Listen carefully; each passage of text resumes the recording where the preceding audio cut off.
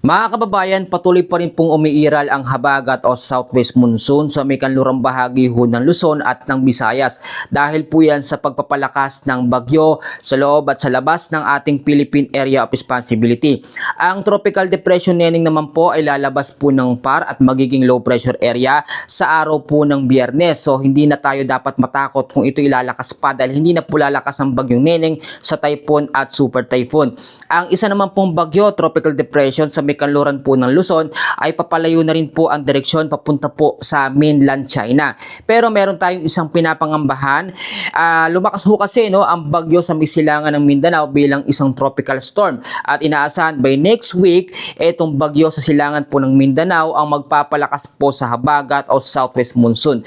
Lahat po ng mga detalye ay atin pong aalamin, pero bago ho tayo magpatuloy, palike at pa-share po ng ating update para mas marami ho ang makapanood.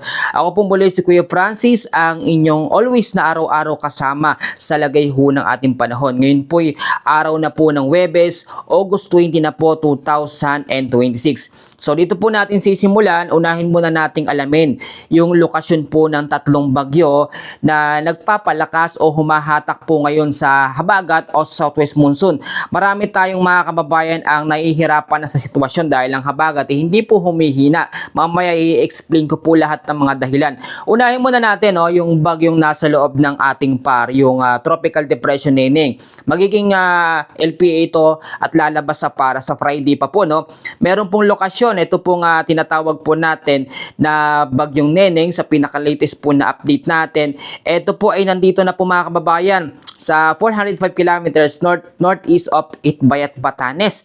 So maintain siya sa lakas po na 45 kilometers per hour at yung bugso niya ay nasa 55 kilometers. At pagdating naman po ngayong araw po ng Huwebes, alas 2 po ng hapon, ang magiging lokasyon naman po nitong Tropical Depression Neneng, 440 kilometers north of Itbayat, Batanes. And then pagdating po ng madaling araw ng Friday, ito po ilalabas na ng PAR at magiging isang ganap na lamang po na low pressure area. So ito ay wala na pong magiging direktang epekto sa anumang bahagi po ng ating bansa. Isunod natin, ito pong tropical depression po na nandito sa may kanluran po ng Luzon. Ito po sa ngayon ay meron pong lokasyon na 890 kilometers west of extreme northern Luzon. Ang direction po nito ay papalayo, parehas lang sila ng lakas ni bagyong Neneng, 45 kilometers per hour ang lakas at may bugso na umaabot sa 55 kilometers at pa-northwestward po ang kilos sa bilis na 20 kilometers per hour. So eto na, etong bagyo na nasa labas o nasa silangan po ng Mindanao, lumakas pa po ito sa pagiging tropical storm category o yung naging category 2 na po siya, At ang lokasyon po nitong tropical storm po na ito, take note niyo po, may international name na po ito na Saudel, Saudel international name, hindi natin kinakount yan na pangalan po sa Pilipinas. Ito po ay merong lokasyon na 3,005 kilometers east of northeastern Mindanao. Meron po itong lakas na 75 kilometers per hour at meron pong pagbugso na umaabot sa 90 kilometers per hour. Ang pagkilos naman po ay almost stationary, halos hindi ito gumagalaw. Pero dinoble check po natin ito doon sa tinatawag natin na advanced weather forecasting system. Nakikita po nalalakas ito sa pagiging typhoon category habang binabaybay niya po ang Philippine Sea, So ang tsansa nito pag lumapit sa ating Philippine Area of Responsibility ay hatakin po ang hanging habagat o southwest monsoon. Tulad na aking sinabi, ito yung malakas na bagyo na magpapalakas po sa habagat o southwest monsoon. Ngayon, medyo matatagalan pa po ang habagat bago po humina o mawala, And may mga dahilan kasi, unang-una dahil po sa mga bagyo, sa low pressure area, dahil sa pabago-bago ng direksyon ang lakas po ng habagat, bumubugso ho yan. At ito po tinatawag natin na pagtama ng hanging habagat sa bundok natin, Cordillera at sa Sierra Madre, kaya minsan may pagbugso po ang habagat. Sa pagkakataong ito, hindi pa po mawawala ang habagat and naasahan natin hanggang sa next week pa po, O yung pinakamahaba, baka hanggang katapusan pa po ng August ito. Tandaan nyo, hanggat merong bagyo, merong low pressure area, hindi po hihina ang habagat. Pero good news naman tayo sa dalawang tropical depression. Yung isa sa kanluran po ng Luzon, papalayo na ho yan. Yung tropical depression Neneng, magiging LPA, lalabas po sa Friday. Pero ito na lamang isa, no? Yung may international name na Saudel na tropical storm ang ating pong minomonitor. Ngayon, alamin muna natin yung tinatawag ho natin na forecast weather condition. Dahil nga po, hindi pa rin tayo ligtas, no, sa tinatawag natin na banta ng sama ng panahon dulot po ng habagat o southwest monsoon. Sa may area pa rin po ng Zambales, sa may Bataan at Occidental Mindoro, meron pa rin po tayong aasahan dyan na monsoon rains o yung mga pag-uulan na mayat maya dahil po sa habagat o southwest monsoon. Sa area naman po ng Metro Manila, sa may Ilocos Sur, kasama po ang La Union, Pangasinan, sa may Abra, sa may Benguet, kasama po ang Tarlac, Pampanga, Bulacan, Nueva Ecija, kasama ho ang Laguna, Rizal, Cavite, Batangas at Oriental Mindoro. Asahan naman ang occasional rains dahil po sa habagat o southwest monsoon. Sa may kanluran po ng Visayas at nalalabing bahagi ho ng Mindanao, no? Kanluran po ng Mindanao ay apektado din ng habagat o southwest monsoon. Alam niyo, medyo lumawak na po yung radius o yung pinakahangin po ng habagat dahil sa paghatak ng mga bagyo o LPA. Kaya kahit yung mga lugar na hindi naapektuhan sa Visayas area, naapektuhan na po. Sa may Eastern Visayas at Eastern Mindanao, no, ay mag-ingat naman sa banta po ng localized thunderstorms. Meron tayong mga kababayan dyan na nagko-comment sa akin na sobrang init daw at dapat umulan daw sa kanila. Huwag po tayo masyado magmadali dahil nga po nababalance naman ang panahon.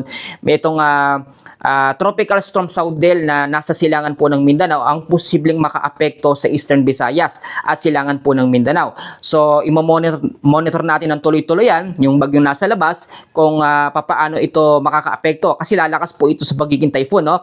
Base yan sa ating advanced weather forecast and system. So, yung mga lugar na binanggit ko, marami ho yun, kailangan mag-ingat po sa banta ng mga pagbabaha sa mga low-lying areas at landslide po sa mga landslide prone area. Ngayon, isunod naman natin yung heavy rainfall warning dahil meron pa rin po tayong nakataas na orange hanggang yellow warning, no? Hangga't andyan po ang mga bagyo o LPA, hindi po talaga hihina ang habagat, no? Kaya tiis-tiis lamang po tayo. Ito po, meron po tayong 100 to 200 millimeters na dami ng pag-ulan ngayong hapon po ng Huwebes, dyan po sa Pangasinan, Zambales ho, at sa may Bataan. Meron naman tayong yellow warning o 50 to 100 millimeters na dami ng pag-ulan dito pa rin po sa may Metro Manila, Ilocos Norte, kasama po ang Ilocos Sur, La Union, Abra, Benguet, sa may Tarlac, kasama ang Pampanga, Bulacan, Nueva Ecija, Cavite, Batangas, kasama ang Laguna, Rizal at Occidental Mindoro. Yung mga lugar na binanggit ko, parehas din, Friday po ng hapon ay makakaranas din po ng orange hanggang yellow warning. So hindi pa yan ibababa hanggat nasa peak pa o malakas pa po ang habagat o southwest monsoon. Tulad na aking sinasabi, ang habagat po normally talaga o yung normal na lakas lamang yan ay umaabot lamang po sa 30 to 55 kilometers per hour. Hindi yung ganun kalakas, no? Pero kapag bumugso yan o biglang lumakas yung hangin yan, malakas pa sa signal number 1 na kategory ng bagyo na umaabot sa 62 to 88 kilometers per hour. Kaya nga po lang yung sinasabi, no, sa mga thumbnail ko, sinasabi ko, doble ang lakas ho ng habagat sa mga bagyo. Kasi ang mga bagyo karaniwan nagpapaulan lamang yan ng 1 hanggang 3 araw. Yung pinakamatagal siguro nasa 1 week na, no? Pero ang habagat umaabot yan ng 1 buwan, yung pinakamahaba na po yung pinakamatagal. At nakadepende pa tayo kung wala pong mga bagyo ulit na papasok. Kasi kung sunod-sunod, no, kada linggo, kada buwan may mga bagyo, hindi mawawala ang habagat o southwest monsoon. Pero ang habagat naman po ay hanggang September lang, no? June hanggang September lamang yan. And then pagpasok po ng October hanggang sa February, yung ano naman po, amihan. Pero eto, may nagtatanong, no, scam daw po yung El Nino. Wag hong mainip yung kababayan natin dahil ang El Nino sa ating outbreak, no, sa forecast natin, yan magsisimula ho ng October po hanggang December. Ano ba ang epekto nito? Ang epekto ng El Nino na tinatawag natin, sa ngayon hindi pa mararamdaman kasi nasa habagat season pa tayo, nasa tag-ulan season pa tayo, hindi pa. Pagtapos muna ng habagat, doon papasok po Ito po nga El Nino. Ang El Nino, tagtuyot, no? Malimit ang mga bagyo, pero pagka nagkaroon ng bagyo, ay malalakas naman po. Explain ko ulit, no, yung kategorya ng mga bagyo para malaman natin kasi etong tropical storm. Dapat alam natin kung anong kategorya yan. Ang mga bagyo natin, merong tatlong klaseng mahina, no? Meron pong tropical depression na nagsisimula ang hangin sa 39 to 62 kilometers per hour. Ang category 2 naman natin ay meron pong lakas na 62 to 88 kilometers per hour. Yun po ay tropical storm. Yan na po yung nasa may silangan po ng Mindanao. Ang category 3, severe tropical storm na meron pong hangin na umaabot sa 89 to 117 kilometers per hour. Yung typhoon naman po, merong lakas ng hangin na 118 to 184. Ang super typhoon, ito yung pinakamalakas, 185 to 200 pataas kilometers per hour na lakas po ng hangin. Yun po yung nakakatakot, no? Yung life-threatening talaga na lakas ng hangin. Pero ang kaibahan po ng mga mahihinang bagyo, karaniwan nabubuo yan o nade-develop po sa loob ng ating Philippine Area of Responsibility. Tulad ng Tropical Storm Neneng. Nabuo yan, no, bilang LPA sa loob ng PAR and then naging tropical depression at hindi nalalakas sa pagiging typhoon. Yung mga malalakas na bagyo, mga super typhoon na karaniwan ang gagaling ho sa malayo. Sa may silangang bahagi po, no, sa may karagatang Pasipiko. Kapag nabuo yung LPA dyan at nagkaroon ng buwelo papasok sa atin, doon po yan nade-develop bilang malakas na bagyo. Kaya kapag napansin nyo na nabuo ang LPA at naging bagyo sa loob ng para o ng ating area, hindi yun magiging malakas. So, tandaan nyo po yun mga kababayan. Ganun po ang mga senaryo. Kasi itong mga nakaraan, meron tayong Super Typhoon Sinlaco, merong Super Typhoon Inday at Super Typhoon Francisco. Lahat ho yun ay nabuo sa labas ng ating Philippine Area of Responsibility. At dumampi sa PAR, no? Pumasok nga sa PAR pero wala po naging direktang epekto. Kaya nga laging ko sinasabi, mas delikado pa po itong habagat o southwest monsoon dahil pagka habagat ang sinabi natin, baha talaga ang ating dapat paghandaan. Pag mga bagyo naman, malalakas na bagyo, yung taas ng ating tututukan, mga puno, mga bubong natin, kailangan po is lagi po naka-alerto. So, ito po, bibigyan ko kayo ng paalala, kailangan pa rin natin mag-antabay araw-araw, oras-oras sa weather update sa lagay ng ating panahon. Ako ho, no, maaga pa lamang po, no, yung mga solid po na nakakaalam sa update ko, maaga pa lamang po, halos di na po tayo natutulog para lamang po mabigyan kayo ng update, no. Tapusin nyo, pwede nyo pong i-share para mas marami ho tumaas yung engagement natin dahil ngayon medyo bumababa ho, no. Pangalawa, kailangan po meron tayong mga go bags, importante, lagi ko pong sinasabi. Dapat merong medicine kit, merong tubig, may pagkain, may cash. Importante ho yan, no? Dapat lagi pong naka-ready. Hindi lang kasi yung panglindol eh. Ang sinasabi ng mga kababayan natin, Kuya Francis, araw-araw mo na lang sinasabi yan. Okay lang ho. Mas maganda nga ho na nire-remind ko kayo araw-araw kasi kumbaga papasok sa isip natin. Pangatlo, kailangan yung mga low-lying areas, lalo na pag alam nyo, yung lugar nyo bahain, maglinis ng kapaligiran. Yung mga plastic ho, wag natin tapon kung saan-saan, no? At panatilihin nating malinis para yung flow ng tubig, pagka umulan ng malakas dulot ng habagat, hindi natin malalaman kung anong oras uulan eh. Ang habagat, biglaan na lamang po yan. Hindi magkakaroon ng biglaang baha. Pagka ginawa natin yan, pinanatili po natin malinis lalo po sa Metro Manila, ay hindi magkakaroon ng mabilis na baha, no? Tayo rin po ang mahihirapan. Tapos, yung isang paalala ko pa, kailangan i-secure natin yung mga importanteng gamit, mga dokumento, papeles, yung mga appliances, always i-unplug. Kapag medyo delikado, alam yung tumataas yung katubigan, dapat ganun pong gawin. Mag-stock din po tayo ng pagkain po, natatagal ho ng pang ilang araw. Ang habagat, tatagal pa yan hanggang baka lang magpasupo ito ng 3rd week ng August. Wala pa po akong maibibigay na specific date kung kailan ito mawawala o hihina. Pero ito ang ating pagbabasihan. Kapag ka nawala na yung mga bagyo sa loob at sa labas ng ating PAR, yun na po, doon nahihina ang habagat. Yun ang ating pagbabasihan. So kapag napaaga, ang pagkawala nito nga pong tropical storm na nasa labas, na silangan po ng Mindanao, mas mapapaaga po ang paghina o pagkawala ho ng habagat o southwest monsoon. Kaya nga po mahalaga na laging nakaantabay sa atin pong weather update. Panghuling paalala, ipanalangin natin sa Lord yung mga kababayan natin ay makarecover, lalo na po yung mga binaha, ang habagat ay humina na at wala pong sumunod na mga malalakas ho ng mga bagyo. At ito ho, no, isummarize natin, pangunahing weather system pa rin na nakakaapekto po sa ating panahon ay ang habagat o southwest monsoon na ngayon ay nasa enhancement o mas lumalakas pa po, no? Nagkaroon siya ng tinatawag na rapid intensification. Pangalawang weather system natin, nandyan pa rin po ang Tropical Storm Neneng. Hindi na ito lalakas sa pagiging typhoon o super typhoon, pati rin yung nasa kanlurang bahagi ng ating bansa. Ang Neneng lalabas ng Friday, magiging low pressure area.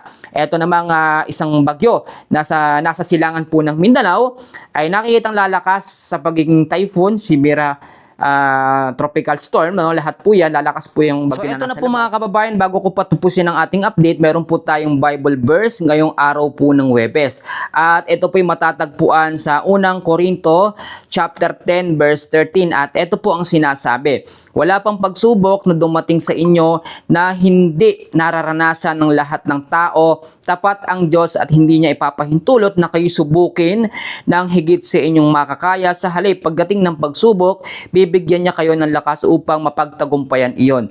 Amen po mga kababayan, no? Nakita naman po natin na totoo talaga na lahat ng mga problema na pinagdadaanan natin, hindi po ibibigay ng Panginoon o ng Diyos kung hindi po natin makakaya. Kasi maraming mga kababayan natin sinasabi na pag nakaranas ng problema, sinasabi, ako na yata ang pinaka mabigat o pinaka matinding problema sa buong mundo. Pero malinaw ang sinasabi ng Biblia sa salita ng Panginoon na wala pang pagsubok na hindi natin naranasan ng lahat, no, o ng ibang mga tao. Ang Panginoon natin ay hindi magbibigay ng pagsubok kung hindi po natin ito makakaya. Kaya kinakailangan sa mga pagsubok, mga bagyo, financial problem, family problem, yan po ay may solusyon. Alam niyo, wala pong problema na walang solusyon. Lahat po yan ay kinakailangan natin ipanalangin sa Panginoon kung ano yung mga dapat nating gawin. Humingi po tayo ng wisdom and knowledge. So, ngayon meron po tayong shout out at ito na po, sisimulan na po natin. So mga kababayan, ito na po, meron tayong shout out at hindi ko po nailista lahat. Sobrang dami po kasi, pero napuno ko naman po yung isang papel. So simulan po natin, at kung mabanggit ko na po yung pangalan nyo, pwede na po kayong mag-exit. Kung tinapos nyo po, naku, maraming salamat po. Unahin na muna natin, no? Shout out po kay Narciso Salma from Concepcion, Tarlac. Kay Sir Albert Tribunalo na from Santa Fe, Bantayan Island. Shout out po kay Flor Arabe ng Ragay, Camarines Sur. Kay Genevieve Luyahan. Shout out daw po sa buong family o buong Northern Samar. At dito po, no? Ito sabi niya, girl po ako, si Ma'am Florence Menor. Shoutout po kay Leo Collado. Kay Seni Reyes, shoutout po, no? Nag-comment po kayo noong nakaraan. Kay Sir Michael S. Linon from Rosario, Cavite. Kay Ma'am Lourdes Canlas from Muntinlupa. Kay Ma'am Ami and Mel from Mandaluyong City. Kay Ma'am Sally de los Reyes ng Science City, Muñoz, Nueva Ecija. I-shoutout din natin si Marbisca from Libho, Central Batangas City. At shoutout din po dito po kay Ma'am Marilyn Sabado and Ramil Remadiman. Yan po, no? Shoutout din po kay Bebe Donata.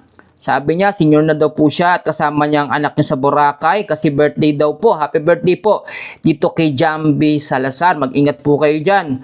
At kay Sir Malvin Yabut from Pangasinan. Shoutout daw po kay Yulin and Malvin Jr.